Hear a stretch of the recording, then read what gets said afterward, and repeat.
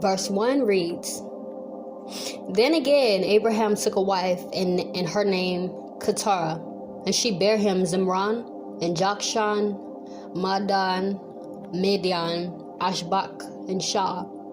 Jokshan begot Shaba and Dadan, and the sons of Dadan were Asharam, and Latasham, and Luamam, and the sons of Madian, Ephah, and Ephar, and Hanach, and Abadah, and Aldah, all these the children of Keturah.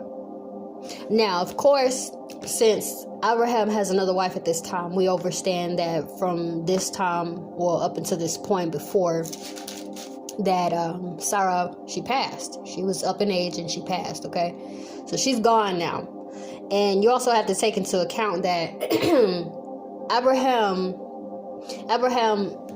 Abraham's son, Isaac, was born to Abraham when Abraham was 100.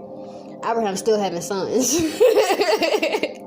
That should tell you about our people. They say black don't crack, even though we're not black. But, I mean, I know all my people know that saying. Melanation don't crack, baby. We don't crack because we weren't made to corrupt. I mean, simple as that. What other nation still got mothers that done have about 4, 7, 10 children and still look like she in her early 20s, late 20s? The Lord created us to worship him. For the wages of sin are death. It is sin that kills you.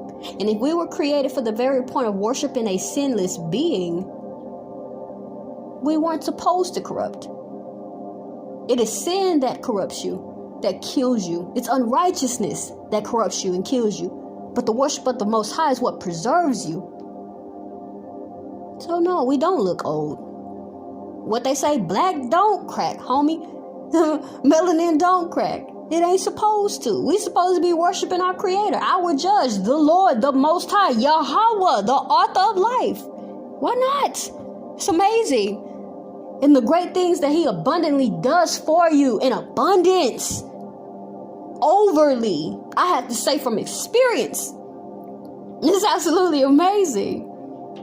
Furthermore, our people can also continue to conceive and also give seed at an older age.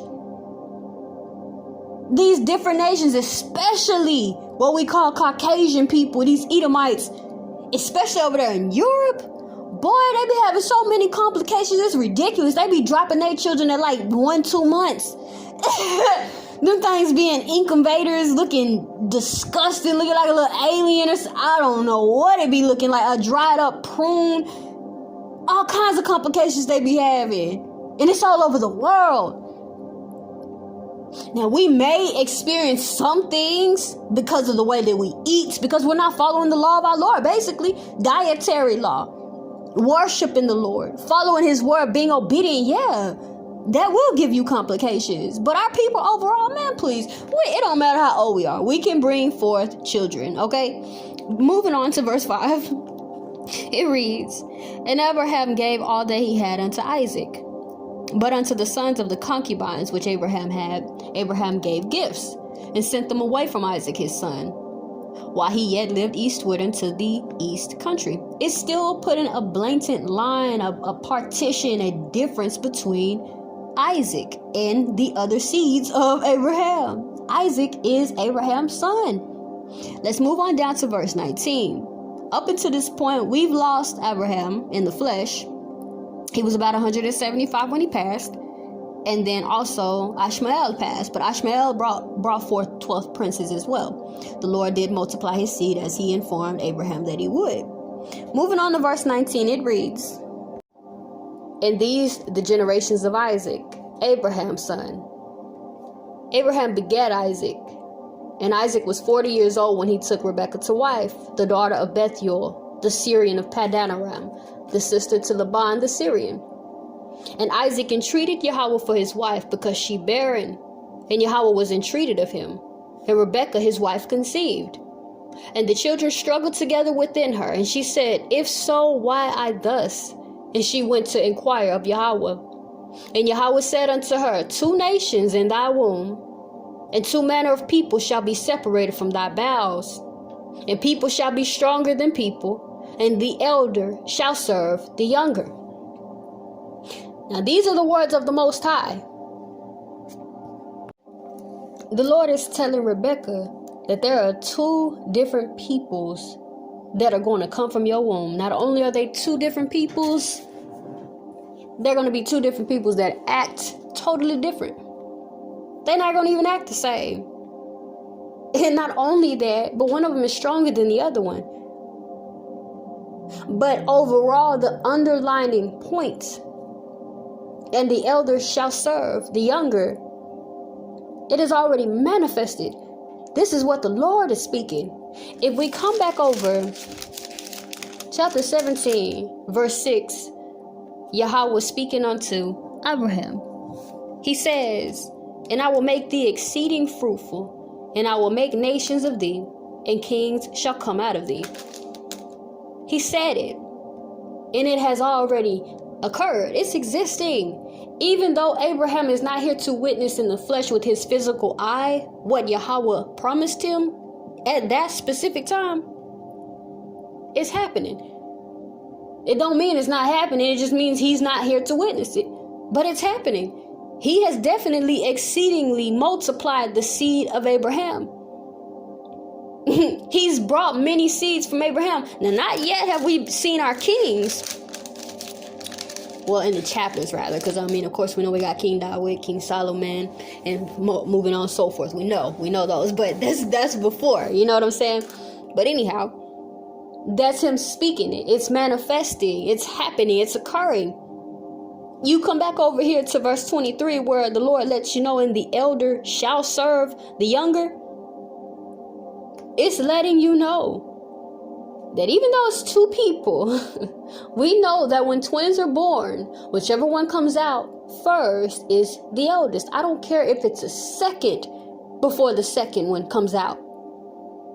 The one that made it out of that matrix first is the eldest. If we turn over here to chapter 9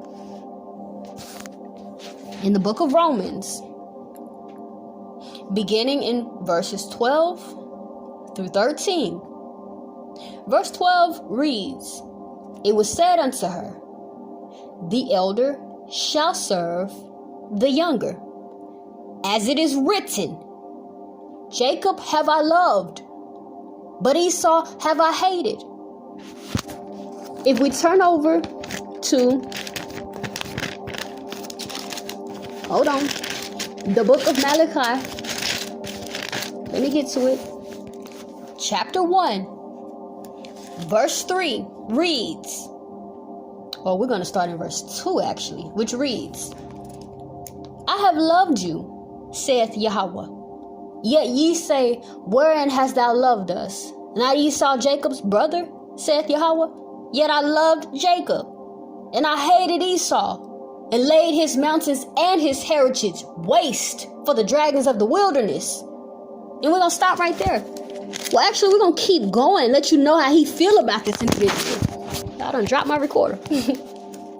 He tells you in verse 4, whereas Edom saith, we are impoverished, but we will return and build the desolate places.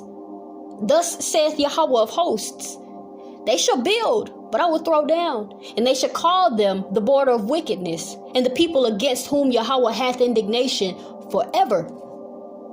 He's telling you how he feel about Edom. He absolutely hate him. Not only do he hate him, he has forever indignation toward this person. Even before these individuals were birthed and one could commit a sin, he's letting you know how he feel about him. So if you turn over, in addition to the book of Luke, let's turn to the book of Luke momentarily. And in the book of Luke, chapter 1, verses 32 through 33 read, he shall be great and shall be called the Son of the Highest. And Yahweh, the Most High, shall give unto him the throne of his father David. And he shall reign over the house of Jacob forever. In his kingdom there shall be no end. This is letting you know that, for one thing, as mentioned multiple times before, how the Lord feels about this eldest son or this eldest child that's going to be born. Not only that this eldest child is indeed going to serve the younger, but in accordance and after that, This is what's going to take place during the elder serving the younger. This is how it's going to look. It's letting you know that Yahweh has placed Yahweh Shai as the reigner of this particular kingdom. And there's no end to his kingdom, baby. There's no end to his kingdom. That is the heaven that has been misconstrued and distorted to looking like this universalized. I love homos. I love gluttonous people. I love ignorant people. I love evil people. This kingdom has been misconstrued to be accepting of ignorance and evil, when this is actually the kingdom, the one that's going to be ruled by Yahweh Shai with no end, where the elder shall serve the younger. So even though, my people, we sit here in the Gregorian 5th month, 15th day of the 2021 of this Roman Catholic observed time period, in the 2nd month of the Hebrew year, 15th day, on the Shabbat, this 7th day, this day of rest, even though we sit here presently, it's letting us know that the elder shall serve the younger. So although, my people, we always seem to get the shorter end of the stick, they give us these raggedy hoods with these nasty pests, with individuals that have given up on life, that walk around on drugs, all kinds of stuff be going on. Don't matter how white Oreo cookie you try to act, you still gonna get the shorter end. Even though we are witnessing what it looks like right now, we know that as long as we be obedient as the seed of Abraham, flesh and spirit, and follow the word of the Lord, we are going to be able to see a kingdom where the elder shall serve the younger. So that very one that neglected you, mistreated you, looked down on you like they superior. Baby, please, come on. Y'all ain't ready for what I'm on right now. Let's move to verse 24, which reads, And when her days to be delivered were fulfilled, behold, twins in her twins in her womb. And the first came out red, all over like an hairy garment, and they called his name Esau. Which one came out first, you all? Esau. What does his name mean, you all? Hairy. His name means exactly that. Hairy. Little stinky beast. He was described as red and hairy all over like a garment. This is the first one. This is the elder that shall serve the younger. We've been given an explicit description of what this eldest one looks like. And just because it is biblical don't mean it's not still living. Because if we refer back to chapter 17 in the book of Genesis, verse 6, and I will make thee exceeding fruitful, and I will make nations of thee, and kings shall come out of thee. We know that it is existing, that Yahweh has promised to multiply the seed of Abraham. We see all these melanated people walking this earth. So just because it is letting you know how Esau look biblically, don't mean it has changed. Just because it was a Hittite, a Jebusite, an Edomite, a Canaanite, that's what it was called biblically, don't mean that it's not still existing. They've just given it another name. But if you don't study this word, you won't know who these individuals are. But let's move on to verse 26, which reads, And after that came his brother out, and his hand took hold on Esau's heel, and his name was called Jacob. And Isaac 60 years old when she bare them. So Isaac was 60 years old when he had his set of twins, right? But check this out. We know what Esau's name mean. His name mean hairy. The little hairy red one. That's the one that's going to serve the younger one. But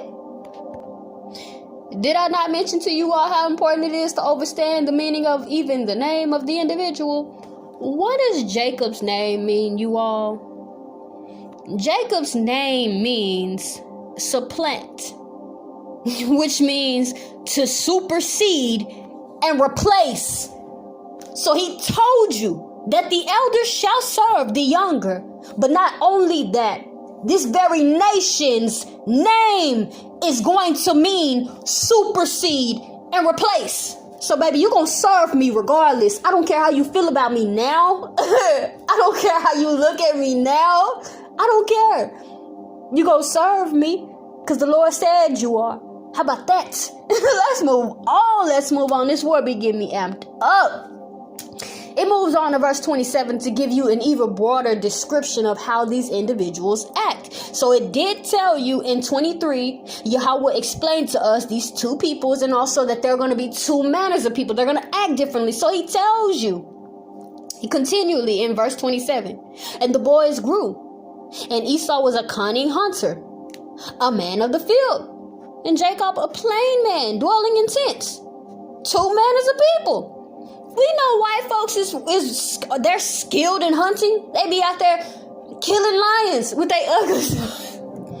They be poaching elephants, killing lions, hunting deer, eat deer sausage with their country honky tonk. They're skilled hunters. They are cunning hunters. We know. Jacob is a plain man dwelling in tents. We just like to chill, bro. We don't like doing all of this foolishness.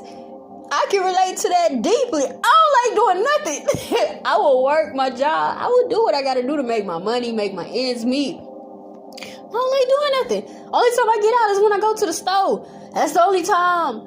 And it's a shindig. It's a party when I find a new store. Ooh, I'm about to go. I'm about to go to Nature's Grocery. I really be turned up. That's big to me. You hear me? Two manners of people. One of them is laid back, just like to chill. We don't want to do nothing. Not that we lazy. We just plain. Child, I would throw on a dress and some moccasins and a hair wrap and I'm good. You hear me? I don't care about all of that. Then you got the white folks or these Edomites. They are cunning hunters. Man of the field. Move forth, and it says in verse 28, and Isaac loved Esau because he did eat of venison, but Rebekah loved Jacob. So Isaac only loved Esau because he ate his food. He ate his food. He ate his veal. He ate his meat. But Rebekah loved Jacob. Then it moves forth, and it says in 29, and Jacob sawed pottage, and Esau came from the field, and he faint.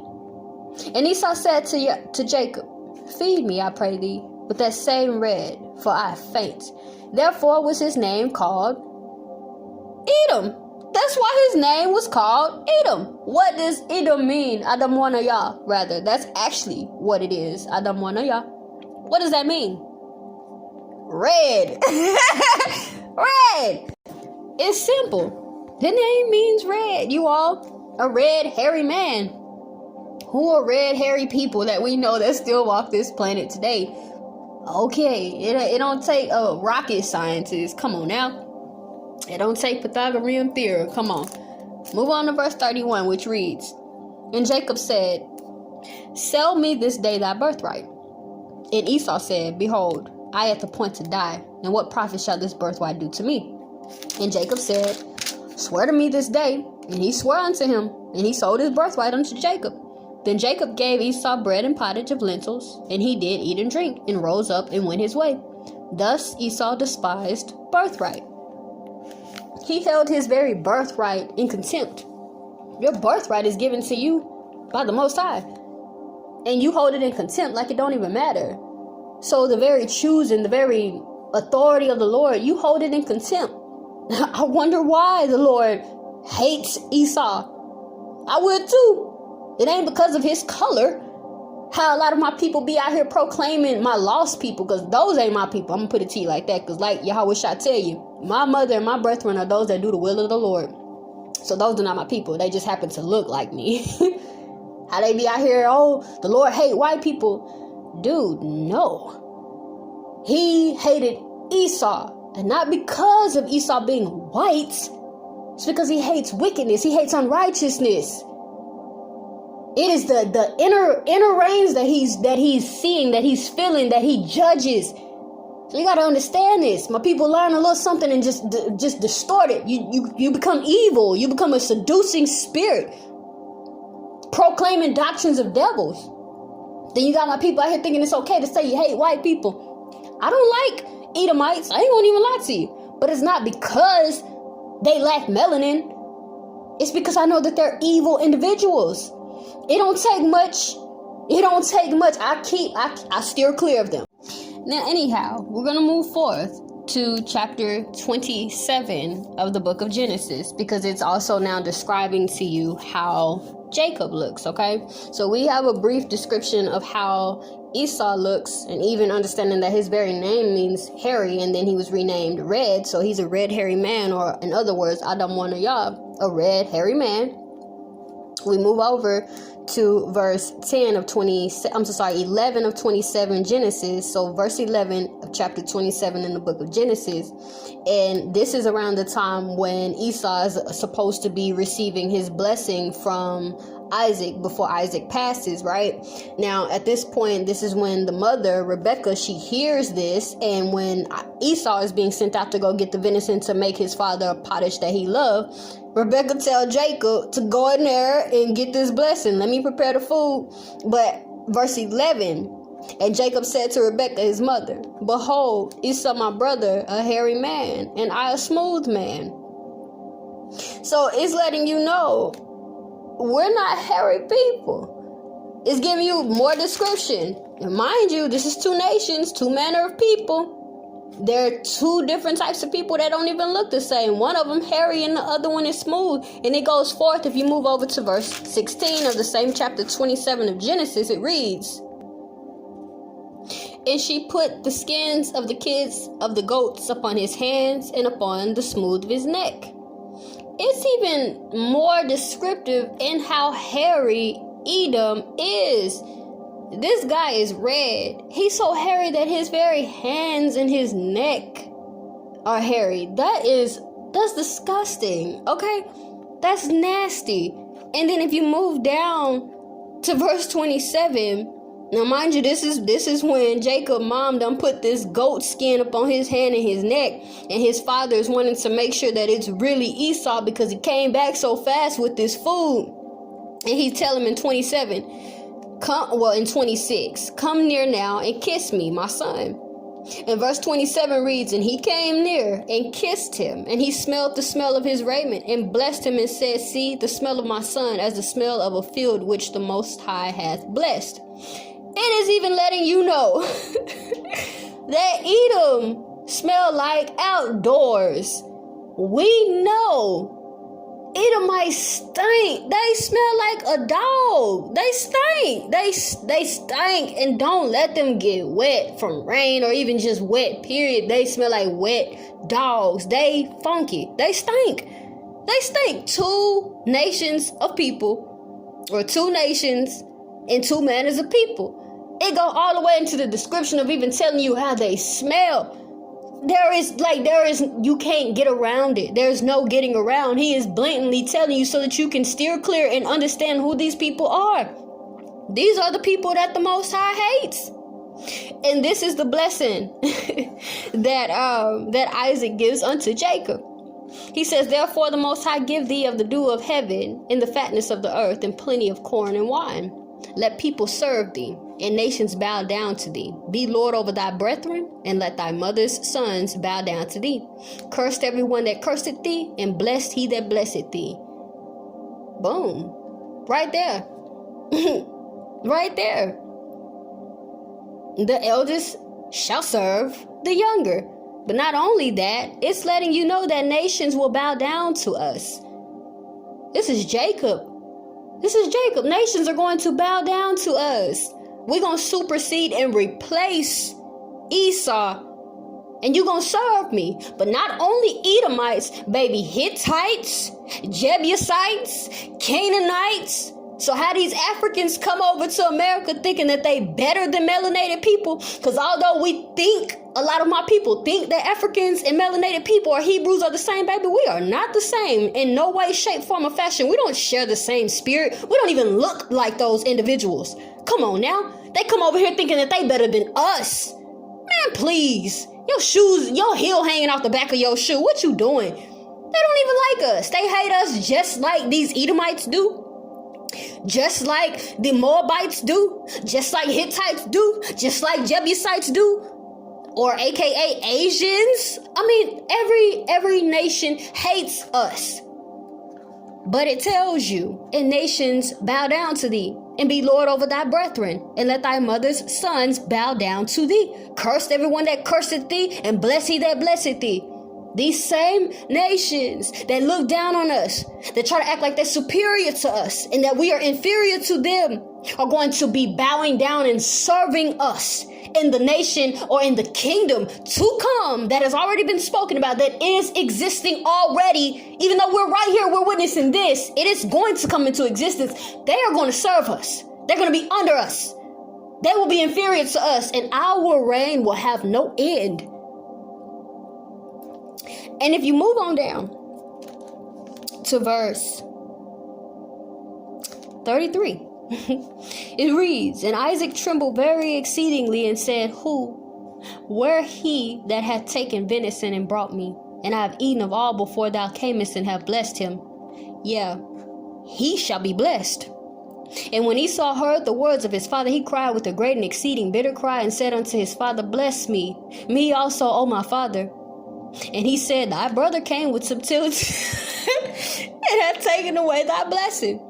And he said, Is not he rightly named Jacob?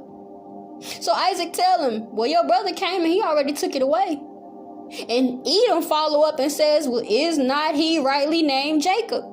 And then you go back to the meaning of Jacob's name, which means to supersede and replace. For he had supplanted me these 2 times. He took away my birthright, and behold, now he had taken away my blessing.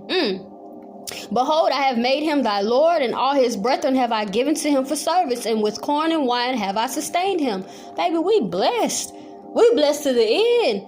Thou art rich. I don't care what nobody tell you. We rich. We rich. We rich. We already in that place as long as you remain obedient. Keep the statutes and the laws of the Most High, and be patient, and keep the testimony of Yahweh Shai. Believe every word that the Lord say. We gonna get there. It don't matter what nobody tell you. But we move over to verse 41, which reads, And Esau hated Jacob because of the blessing wherewith his father blessed him.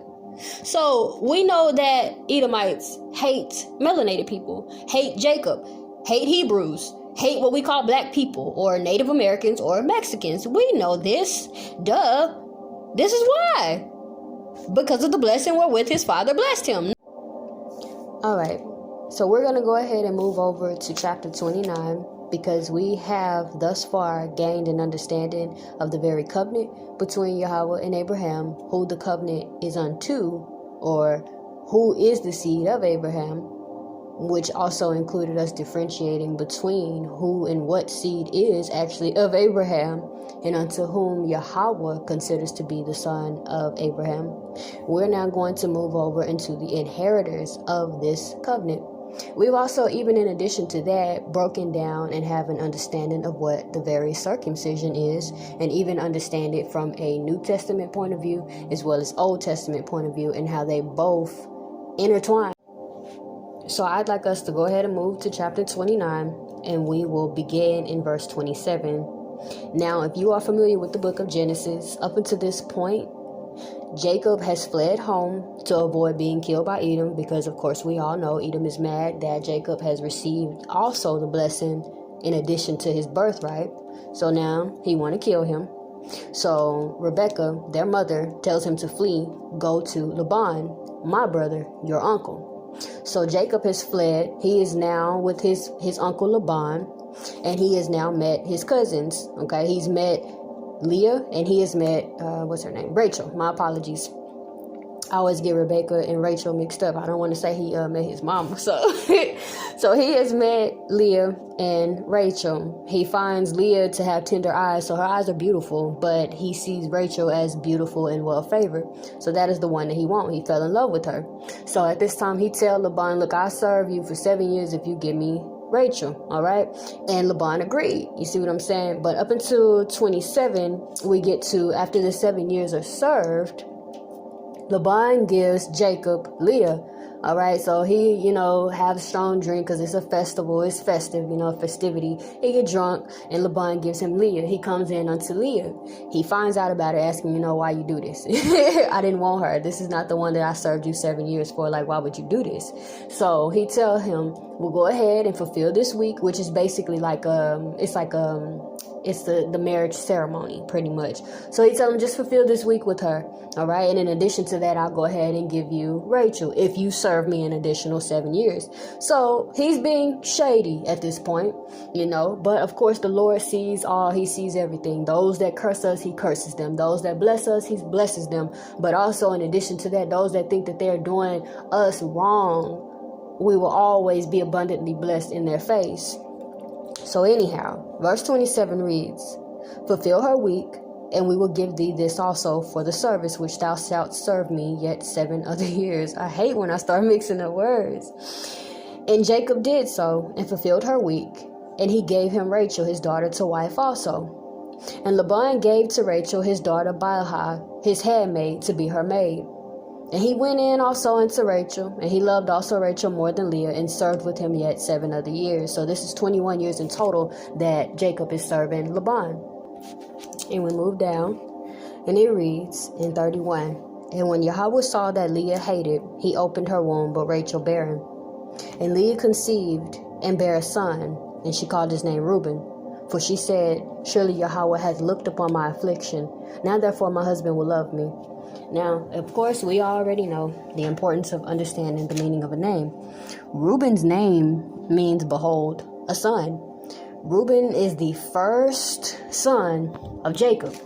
So this is the first of the 12 tribes being born of Leah.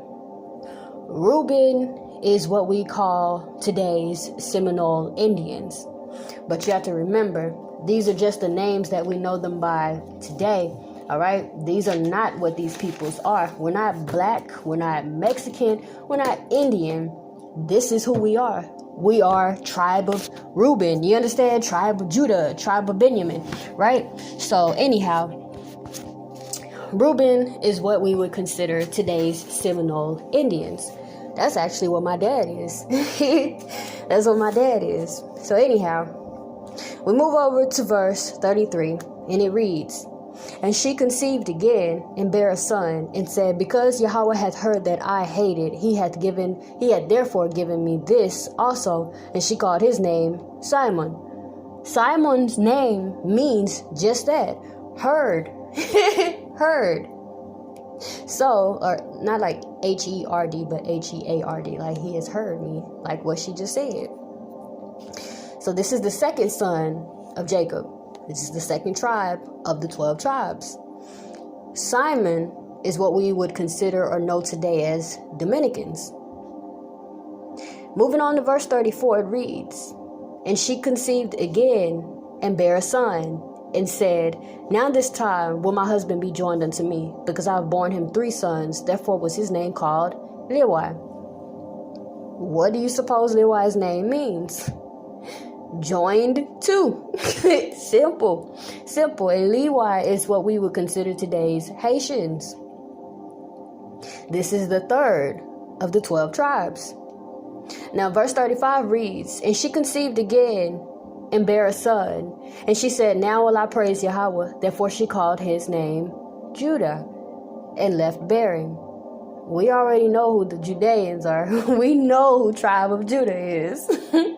That's what they call Negroes, Black Americans. That's me, baby. And if I have any of what we call Black Americans, African Americans, that is us. We are Judah. And Judah means just that, praise. It means praise.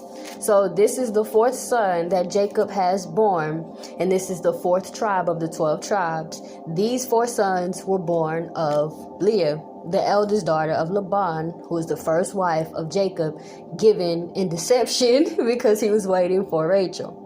We move over to chapter 30, and we begin in verse, let's go ahead and move on to verse 5. It reads, and Bilhah conceived, and bare Jacob a son. And Rachel said, the Most High hath judged me, and hath also heard my voice, and hath given me a son. Therefore called she his name Dan. What do you think Dan's name means? That is correct. A judge. This is the 5th son born unto Jacob, but not of Leah. This is Bilhah, who is Rachel's handmaid. Rachel's handmaid was given to her by her father. All right. So Rachel's handmaid Bilhah will be considered still the offspring of Rachel, but she didn't bear him because she was barren. All right. The Lord blocked her womb because he saw how Jacob hated Leah, but how he favored and loved Rachel. So Dan is the 5th of the 12 tribes born unto Bilhah, Rachel's handmaid. Moving down to verse 8, it reads, And Rachel said, With great wrestlings have I wrestled with my sister, and I've prevailed. And she called his name Naphtali. So she has had a second son through Bilhah, her handmaid. So this is the 6th son born unto Jacob. This is the 6th tribe of the 12 tribes. Naphtali's name means just that, wrestling. Naphtali is what we know as today's Argentina and Chile, or Chile, or however you pronounce it. That is those people, or those are those people, or however you would pronounce or say that. Okay, so now we move over to verse 9, all right? So it reads, When Leah saw that she had left bearing, she took Zilpah, her maid, and gave her Jacob to wife. And Zilpah, Leah's maid, bare Jacob a son. And Leah said, A troop cometh, and she called his name Gad. Yes, if you are following thus far, you understand that indeed, that is what Gad's name means. Troop. This is the 7th son born to Jacob, all right, by Leah's handmaid now. This is Zilpah. Zilpah was given to Leah by her father, all right, because remember, after Judah, Leah was left bearing, okay? So now Gad, the 7th son of Jacob, is born, but by her handmaid, but of course, as mentioned, he would still be considered from Leah, okay? This is the 7th of the 12 tribes. Gad is what we know as today North American Indians. That's Gad. Moving on to verse 12, it reads, And Zilpah, Leah's maid, bare Jacob a second son. So now, this is Jacob's 8th son. This is the 8th of the 12 tribes. He's also born of Leah's handmaid, Zilpah. So as mentioned, yes, it would still be considered Leah's offspring, but Zilpah bore this child.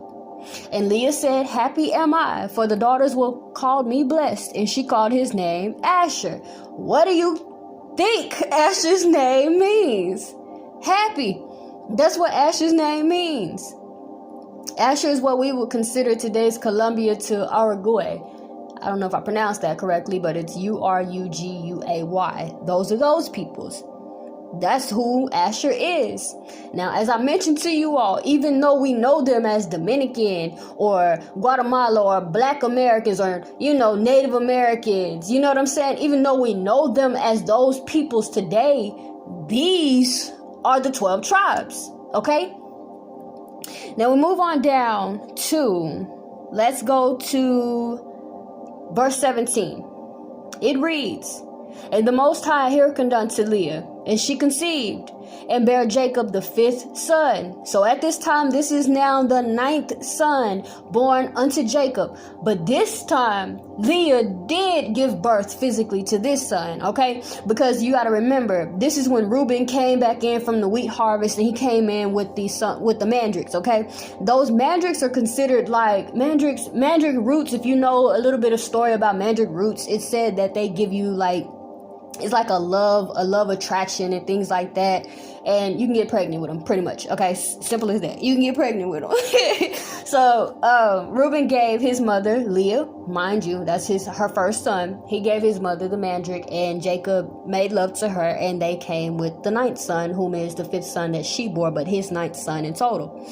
So she says, and Leah said, The Most High hath given me my hire, because I have given my maiden to my husband, and she called his name Issachar. Now mind you, once again, this is the 9th son born unto Jacob, the 5th from Leah, all right?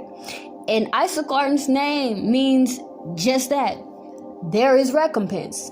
There is recompense, all right? And we should all know from what she just said in verse 18 who Issachar is. Issachar is what we know as today Mexicans. This is the Mexicans, all right? So this is the 9th of the 12 tribes, all right?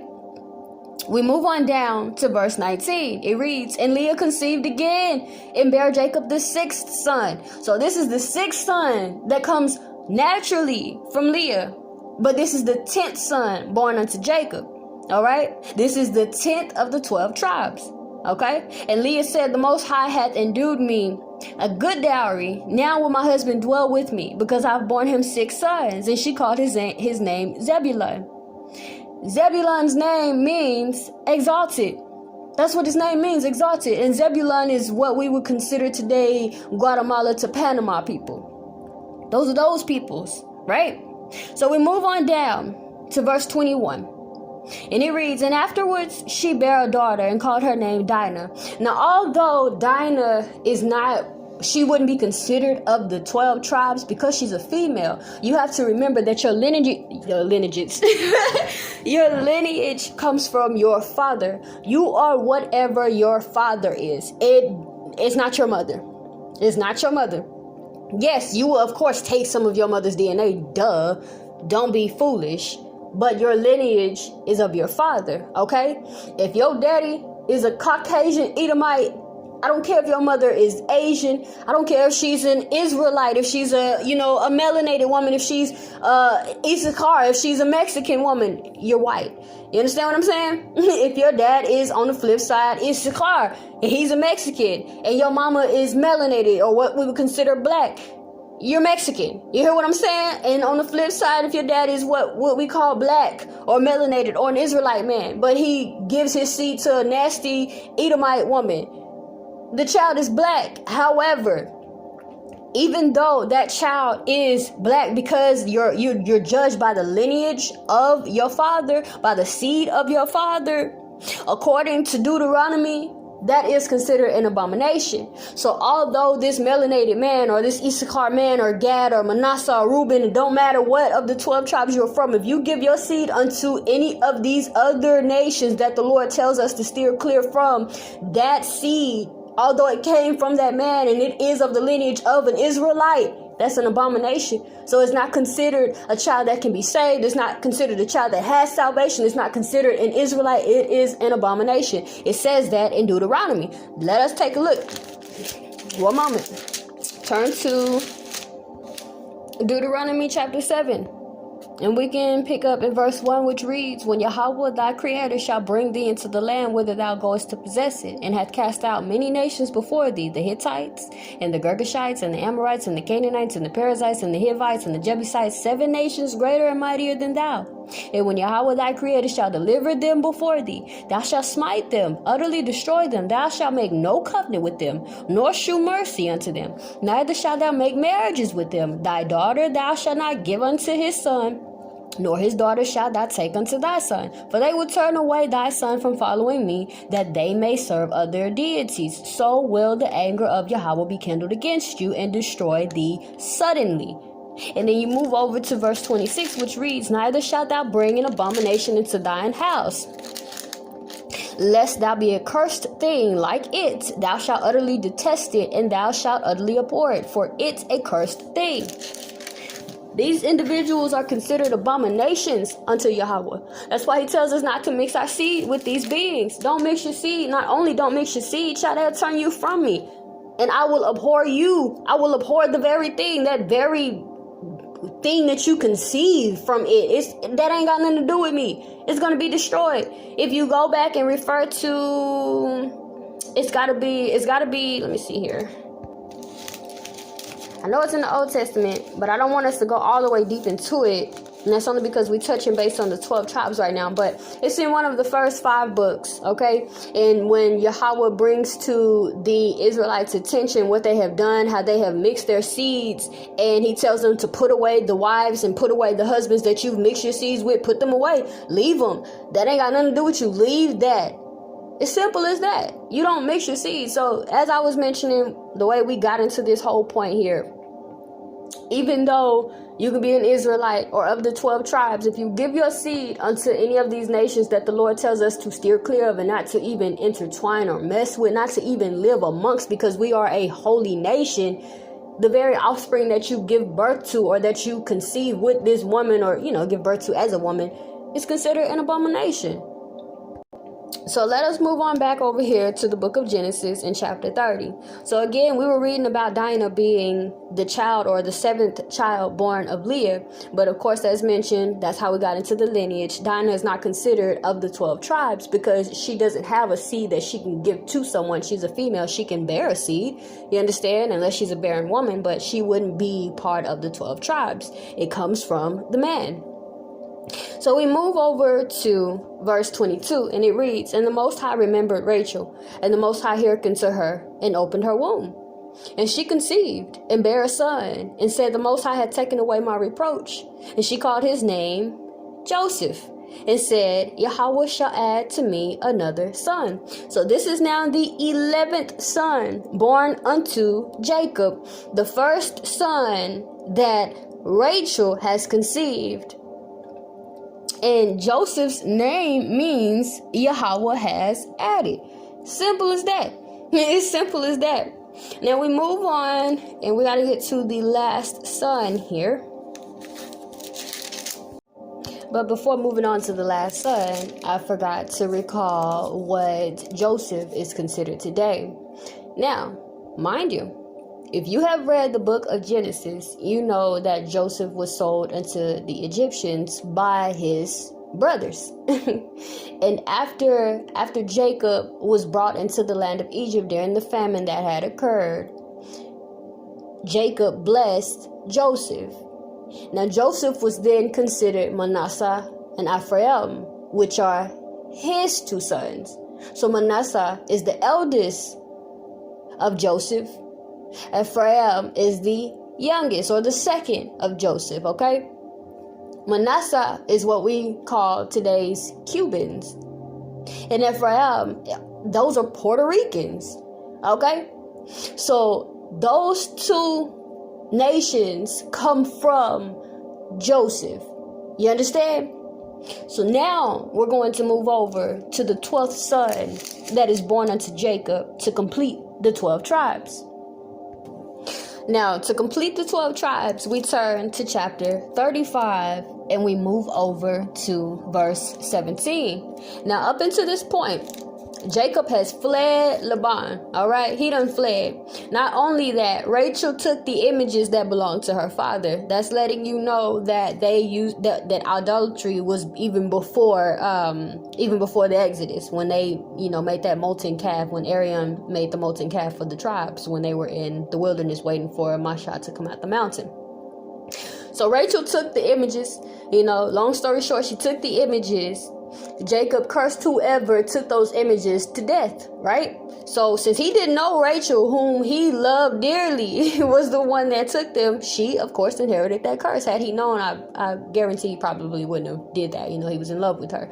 But since she was the one that did them, and he's a man of the Most High, and the Most High can hear you, she was the one that inherited the curse of death for stealing those images and causing, basically ruckus between him, more ruckus between him and Laban, because he already fled and left without saying anything, which is disrespectful in that time. But anyhow, we move over to verse 17 in chapter 35 of Genesis to get to our 12th tribe. And it reads, "And it came to pass, when she was in hard labor, that the midwife said unto her, Fear not, thou shalt have this son also. And it came to pass, as her soul was in departing, that she called his name Benani, but his father called him Benjamin." So this is the second son born to Rachel, the 12th son born to Jacob. This is the completion of the 12 tribes. And as we all know, A name means something. And so since Rachel died while she was having her baby, while she was in labor, she called his name Benani, which means son of my sorrow. I know, it's really sad, son of my sorrow. But his dad renamed him. His daddy renamed him son of the right hand. So this is the completion of the 12 tribes. Benjamin is what we would call today's West Indians, all right? So these are the 12 tribes. These are the individuals that have inherited the covenant of Yahweh. These are the ones that will partake in the inheritance that Yahweh has given unto Abraham's seed, all right? So as we've already mentioned, even though Esau and Jacob both came from the same womb, not to mention were born probably minutes or seconds within one another, one is going to surpass or supplant and replace the other. Not only that, one of them is hated by the Lord. So we know that if one of them is hated by the Lord, that the Lord is definitely not about to bless your seed, multiply your seed, give your seed any type of inclusion in this promise, none whatsoever. So we know that he tells you also that Esau has he hated, but Jacob has he loved. So Jacob's 12 sons are whom the inheritance is going to. And we have given you a breakdown of whom the 12 tribes are. Once again, we have Judah. That's what we call Black Americans. We have Benjamin. That's West Indians. We got Levi. That's the Haitians. Simeon, that's Dominicans. Zebulun is Guatemala to Panama. Ephraim is Puerto Ricans. Manasseh is Cubans. Gad is North American Indians. My apologies. Reuben is Seminole Indians. Naphtali is Argentina and Chile. Asher is Colombia to Uruguay. And Issachar is Mexicans. If you are not of these 12 tribes, if you are not of what is considered of these 12 tribes or what these 12 tribes are considered or called today, you have no inclusion in this promise. I don't care who you are. You can be an African. You can be an Ethiopian. I don't care what you are. If you are not of these 12 tribes, you have no savior. You have no inclusion in this promise. No ifs, ands, or buts.